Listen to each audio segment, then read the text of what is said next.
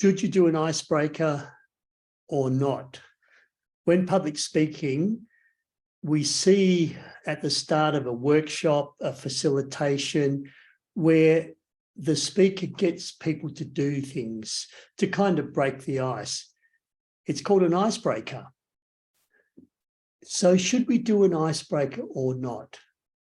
The answer is it depends.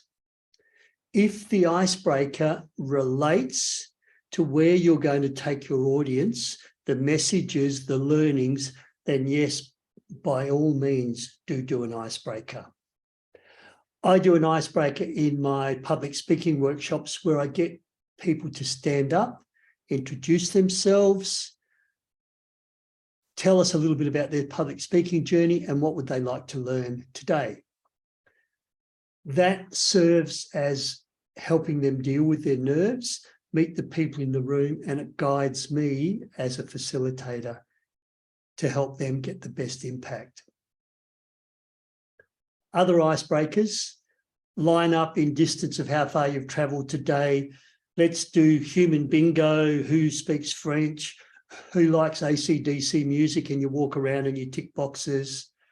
Those kind of icebreakers that bear nothing on the outcome of the workshop and the learning, I feel is a waste of time. And when I'm in a workshop like that, I tend to switch off and get disengaged right up front.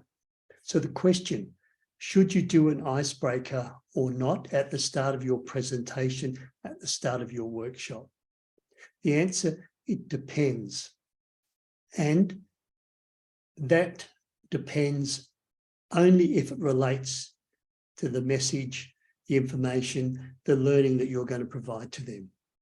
This is Peter Dew, public speaking coach and trainer.